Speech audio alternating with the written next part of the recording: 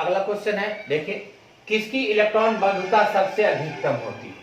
अब यहाँ iodine, bromine, fluorine और क्लोरीन, तो इस कंडीशन में इलेक्ट्रॉन बंधुता जो है, जो एक इलेक्ट्रॉन को त्यागने में जितनी ऊर्जा की जरूरत होती है, एक इलेक्ट्रॉन को ग्रहण करने में जितनी ऊर्जा की जरूरत होती है, उसे कहते हैं इलेक्ट्रॉन बंधुता। तो उस कंडीशन में सबसे अधिक इलेक्ट्रॉन बंधुता होती है क्लोरीन की। कौन सा पदार्थ Ki के विलयन में से आयोडीन मुक्त करेगा। तो अब यहाँ Ki देखिए, यहाँ एक हाइड्रोजन ग्रुप का एक तत्व है, उसका नाम है आयोडीन।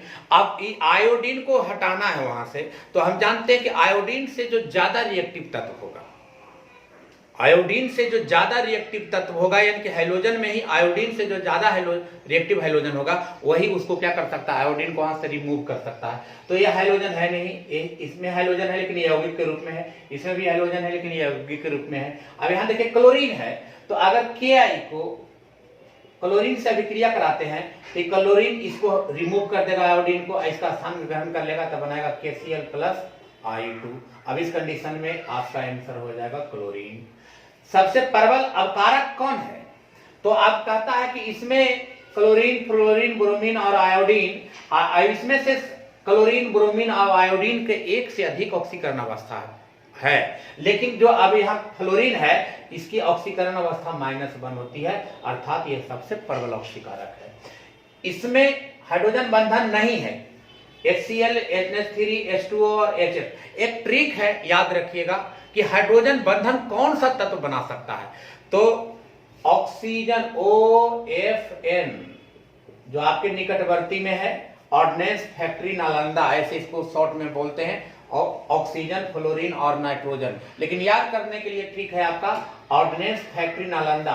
अगर OFN ऑक्सीजन, फ्लोरीन और नाइट्रोजन के साथ अगर हाइड्रोजन जुड़ा हुआ रहेगा तो याद रखिएगा वो हाइड्रोजन बंधन बनाएगा।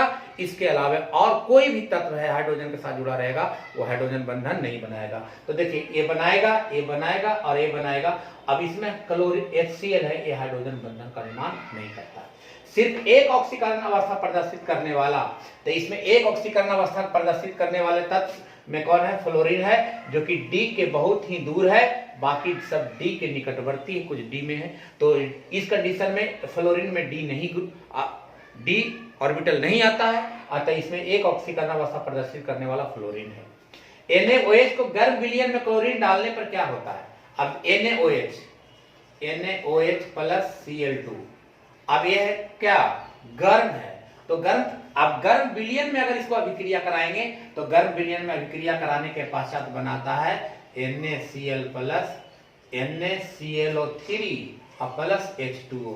तो इस कंडीशन में देखिए दो कंपोनेंट्स बने, दो कंपाउंड बना, तो इस कंडीशन में ये आपका C आंसर हो जाएगा। लेकिन अगर NaOH और Cl2 के ठंडा विलयन में डालते हैं तो ये बनाता है NaOCl, सिर्फ यही अंतर है।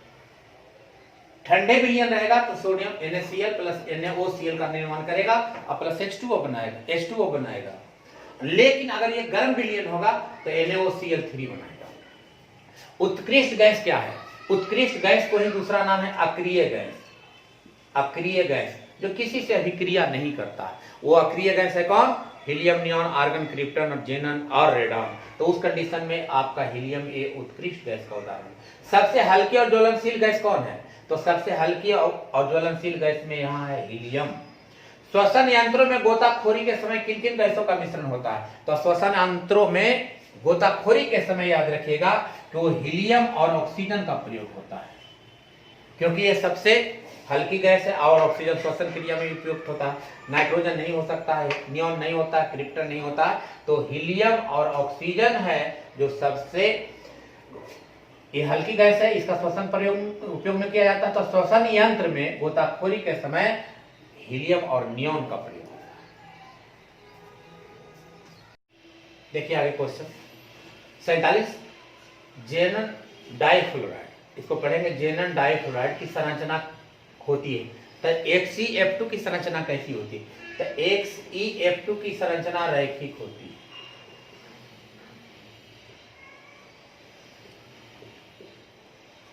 जेनन डाइफ्लोराइड की संरचना रैखिक होती है, लीनियर होती है, अर्थात इसमें हो जाएगा रैखिक किसकी आकृति वर्ग तलीय होती है? तो यहाँ साफ वर्ग तलीय, तो वर्ग तलीय का मतलब 4 भुजा होना चाहिए, वर्ग होना चाहिए, 4 कोना होना चाहिए।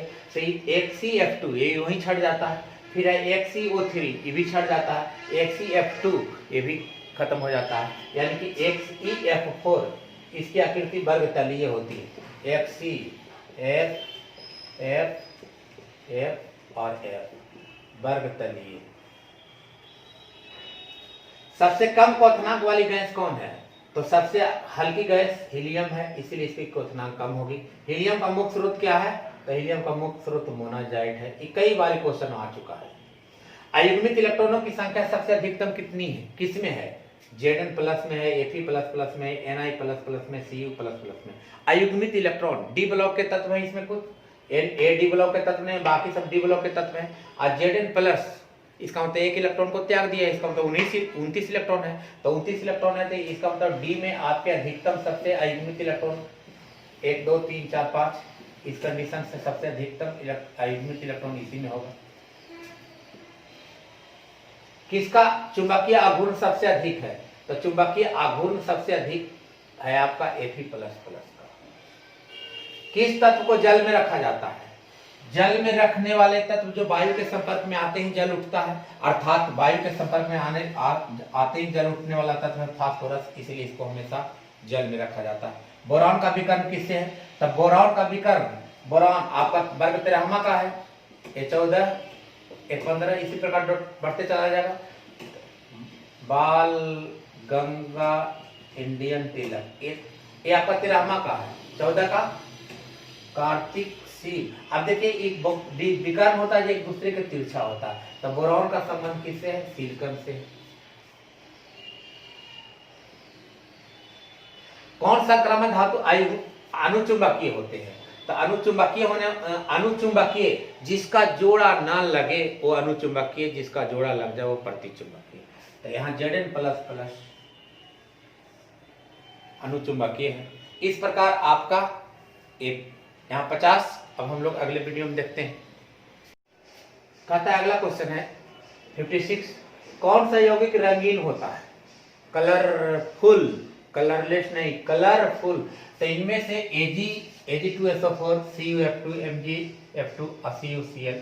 तो इसमें रंगीन यौगिक का निर्माण करता है कौन? CuF2। लुकास परीक्षण का उपयोग किया जाता है। तो अल्कोहल में हम लोग पढ़े थे 1 डिग्री 2 डिग्री और 3 डिग्री अल्कोहल में डिफरेंस करना। तो ऑक्सीकरण विधि के द्वारा, बेयर विधि के द्वारा ल्यूकास परीक्षण। तो ल्यूकास परीक्षण 1 लीटर पर किया जाता है, किसमें? अल्कोहल में। NiCO का होल 4 का ऑक्सीकरण संख्या होगी, तो में ऑक्सीकरण संख्या होगी किसका? निकेल का। निकेल का क्या होगी ऑक्सीकरण संख्या? तो आप यहां देखिए निकेल जो सेंटर एटम है और ये आपका उदासीन लिगेंड्स है। तो उदासीन लिगेंड्स का हमेशा 0 होता है। तो जिसको निकालना उसको अगर x मान ले, यानी कि x + 0 × 4 अयोगफल 0 के बराबर, यानी कि x = 0। तो इसका मतलब ये आपका D होगा। NiCO के होल 4 की ज्यामितीय आकृति कैसी होती है? यहाँ समन्वय संख्या इसकी 4 है, तो समन्वय संख्या 4 है तो इसकी ज्यामितीय आकृति होगा जो वर्ग समतलीय होगा। DsP2 प्रसंकरण वाला जटिल यौगिक क्या कहलाता है? तो DsP2 यानी कि S1 D1 अब P2 यानी कि 2 1 3 1 4, तो इसकी आकृति होगा वर्ग समतल। किसकी आकृति वर्ग समतलीय होती है? तो वर्ग समतलीय आकृति होती है PtCl4 का।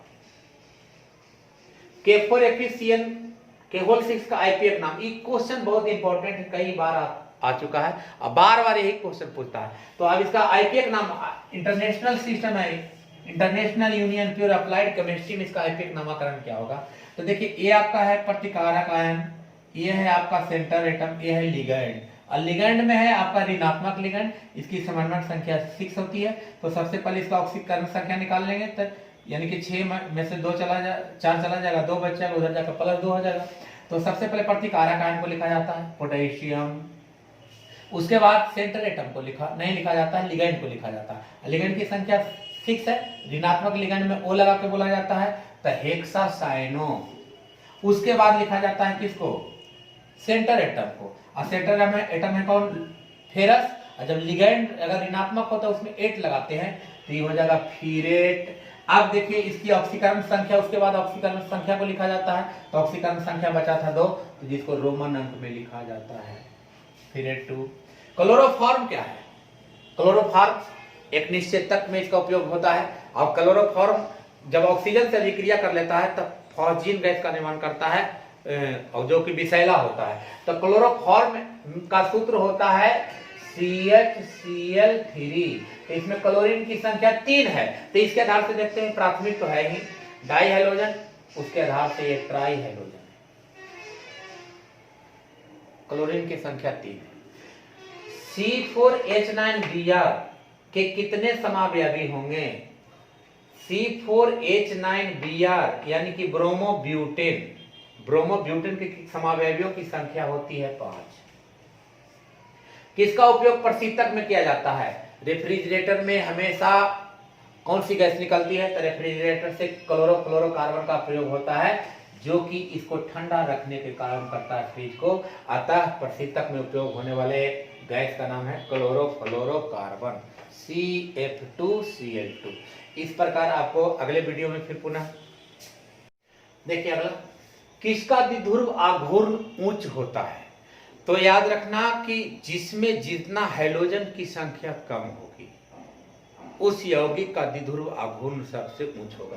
अब यहाँ हैलोजन में क्लोरीन की संख्या 1, क्लोरीन की संख्या 2, क्लोरीन की संख्या 3, क्लोरीन की संख्या 4, तो सबसे कम हैलोजन की संख्या है आपका CH3Cl में, अतः इसका द्विध्रुव आघूर्ण सबसे अधिक होगा।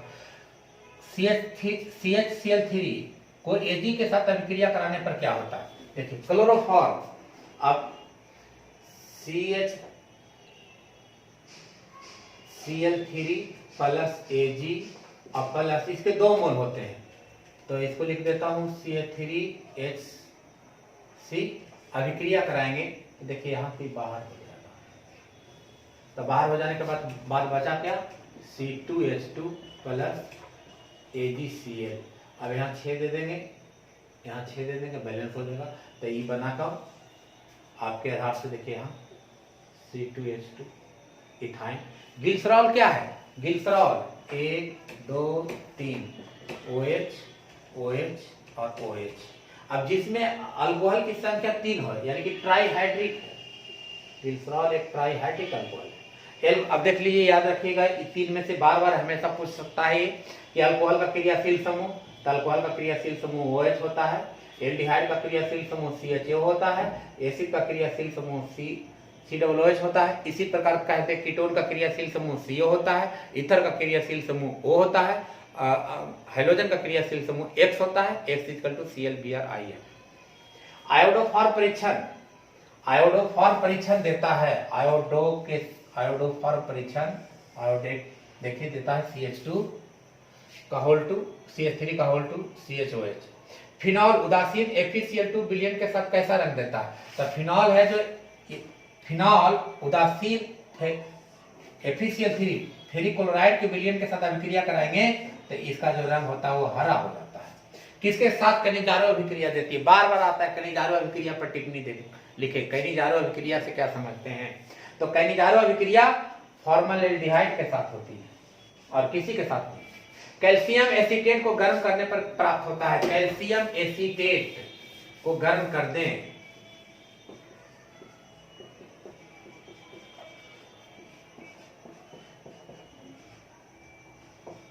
ये कैल्शियम एसीटेट है, इसको शुष्क श्रवण करा देते हैं, गर्म करते हैं, तो गर्म जैसे कराएंगे तो देखिए यहां से बाहर हो जाता है। तो अब बनाता है कौन, CaCO3, ये एक साथ निकल जाएगा, और प्लस CH3COCH3, तो ये है आपका एसीटोन, एसीटोन का निर्माण होता है। टॉलिन अभिकर्मक याद रखिएगा, बार बार पूछ रहा है टॉलिन अभिकर्मक क्या है, तो इसका सूत्र होता है AgNH3 का होल 2 प्लस है। कौन सा अभिक्रिया बेंजाइल एल्डिहाइड नहीं देता है, तो कौन सी अभिक्रिया में आएगा, तो एल्डोल संघनन, एल्डोल संघनन आपका बेंजाइल एल्डिहाइड का प्राप्ति इससे नहीं होती, क्योंकि बेंजाइल एल्डिहाइड है ये क्लोज चेन का है। आयोडोल संघनन में जब भी होता है तो ओपन चेन के यौगिक होते हैं। और यहाँ पूछ रहा है बेंजाइल एल्डिहाइड नहीं देगा, तो ऑप्शन के आधार से देखिए, उस ऑप्शन में आधार से बेंजीन का भी 3 क्लोज चेन का था, एक एल्डोल संघनन था जो कि ओपन चेन का है, तो कभी पर अभिक्रिया करेगा तो नहीं देगा। देखिए अगला, आयोडोफॉर परीक्षण किसके द्वारा नहीं दिया जा सकता है? आयोडोफॉर परीक्षण सबसे इंपॉर्टेंट क्वेश्चन है, देखिएगा, ध्यान दीजिएगा। तो आयोडोफॉर परीक्षण 3-पेंटेनॉल के द्वारा नहीं दिया जा सकता। कौन फेलिक विलयन को अपकृत नहीं करता है? तो फेलिक विलयन को अपकृत नहीं करने वाला पदार्थ है एसिटिक एसिड। फॉर्मिक अम्ल और एसिटिक अम्ल में विभेद किया जा सकता है। तो फॉर्मिक अम्ल और एसिटिक अम्ल में दोनों के बीच में अंतर जो है मुख्य रूप से टॉलेन अभिकर्मक के द्वारा किया जाता है। सर्वाधिक क्षारीय कौन है? सर्वाधिक क्षारीय आपका 2 डिग्री अल्कोहल एमीन है। किस विधि के द्वारा मिथाइल एमीन बनाई जाती है? सबसे इंपॉर्टेंट क्वेश्चन है कि मिथाइल एमीन बनाने की विधि वो सबसे है हॉफमैन ब्रोमाइड अभिक्रिया। जब एसिटामाइड को सोडियम हाइड्रोक्साइड और ब्रोमीन के साथ अभिक्रिया कराते हैं तो यह अभिक्रिया 4 चरणों में 4 स्टेप में पूरा होती है। और 4 स्टेप में सबसे पहले ब्रोमीन अभिक्रिया करेगा, उसके बाद अभिक्रिया NaOH अभिक्रिया करा करके आपको मिथाइल एमीन का निर्माण करता है। वो है कौन? उसी अभिक्रिया को कहते हैं हॉफमैन ब्रोमाइड अभिक्रिया, ये वैज्ञानिक का नाम है। सबसे मीठा शर्करा फ्रुक्टोज। रतौंधी किसकी कमी से होती है? रतौंधी विटामिन ए की कमी से, विटामिन बी की कमी से बेरीबेरी, विटामिन सी की कमी से स्कर्वी, विटामिन डी की कमी से रिकेट्स नामक रोग होती है। एमिनो अम्ल RCH2COOH ये देखिए, जिसमें एसिड और एमीन दोनों होता है उसको कहते हैं एमिनो अम्ल। तो एमिनो अम्ल में एसिड और एमीन दोनों होता है। प्राकृतिक रबर का बहुलक, सबसे इंपॉर्टेंट क्वेश्चन, प्राकृतिक रबर का बहुलक आइसोप्रीन। अब वहां ऑप्शन में आइसोप्रीन, निप्रीन, सिप्रीन, डिप्रीन कुछ भी रहे तो प्राकृतिक रबर का बहुलक आइसोप्रीन होता है। वनस्पति कोशिका का आवश्यक कार्बोहाइड्रेट कौन है? तो वनस्पति कोशिका में आवश्यक कार्बोहाइड्रेट सेलुलोज है नेचुरली। किस बहुलक में एस्टर बंधन नहीं पाया जाता है? स्टेरिलीन। किस बहुलक में एमाइड बंधन होती है? नायलॉन 6 में। क्लोरोमाइसिटिन क्या है? क्लोरोमाइसिटिन एक प्रकार का एंटीसेप्टिक है, जो एंटीसेप्टिक त्वचा के ऊपरी भाग पर लगाया जाता है लेकिन त्वचा को हानि नहीं पहुंचाता है और सूक्ष्म जीवों को मारने का कार्य करता है, उसे हम लोग कहते हैं एंटीसेप्टिक। क्लोरोमाइसिटिन। सबसे मीठा अभिकर्ता कौन है? सैकरीन। एक कृत्रिम अभिकर्ता है सैकरीन, जिसमें शून्य कैलोरी ऊर्जा होती है। अत्यधिक दर्द को दूर करने में उपयोग होता है। एक निद्राकारी दवा का प्रयोग किया जाता है। निद्राकारी में मॉर्फिन होती है। देखिए, दर्द निवारक दवा को कहा जाता है। शरीर में किसी भी प्रकार का दर्द होती है, उसको दूर करने के जिस दवाई का प्रयोग किया जाता है उसे दर्द निवारक दवा कहते हैं। और उसको हम लोग कहते हैं एनाल्जेसिक। बार बार पूछता है एनाल्जेसिक है क्या? दर्द निवारक दवा है, ज्वरनाशी है, पीड़कनाशी है, क्या है? तो याद रखिएगा, एनाल्जेसिक दर्द निवारक दवा होती है। और दर्द निवारक दवा 2 प्रकार का होता है, एक निद्राकारी और एक निद्राकारी। अत्यधिक तेज दर्द को दूर करने के लिए जिस दवाई का प्रयोग करेंगे उसको हम लोग कहेंगे निद्राकारी, और मध्यम क्रम के दर्द को दूर करने के लिए जिस दवाई का प्रयोग करेंगे उसको कहेंगे अनिद्राकारी, जिसमें एस्प्रिन होता है। और निद्राकारी में कोडीन और मॉर्फिन होता है। एंटीपायरेटिक, ज्वर बुखार को कम करने के लिए जिस दवाई का प्रयोग करते हैं उसे हम लोग कहते हैं ज्वरनाशी, यानी कि एंटीपायरेटिक कहते हैं। अब है इसी के कंडीशन में आता है उपशामक, जो मनोचिकित्सीय औषधि में प्रयोग होता है, जिसमें मुख्य रूप से नींद की गोली होती है।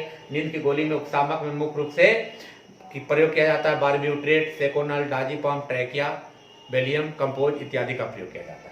अब सबसे इंपॉर्टेंट है, देखिए ये लास्ट बहुलक और एकलक। इसमें से कोई ना कोई एक एकलक का बहुलक ऑब्जेक्टिव में भी आ सकता है और 2 नंबरिया क्वेश्चन में भी आ सकता है। 2-3 को दे देगा कि इसका बहुलक का एकलक कौन है। जैसे टेफ्लॉन, टेफ्लॉन का एकलक है टेट्राफ्लोरोइथिलीन।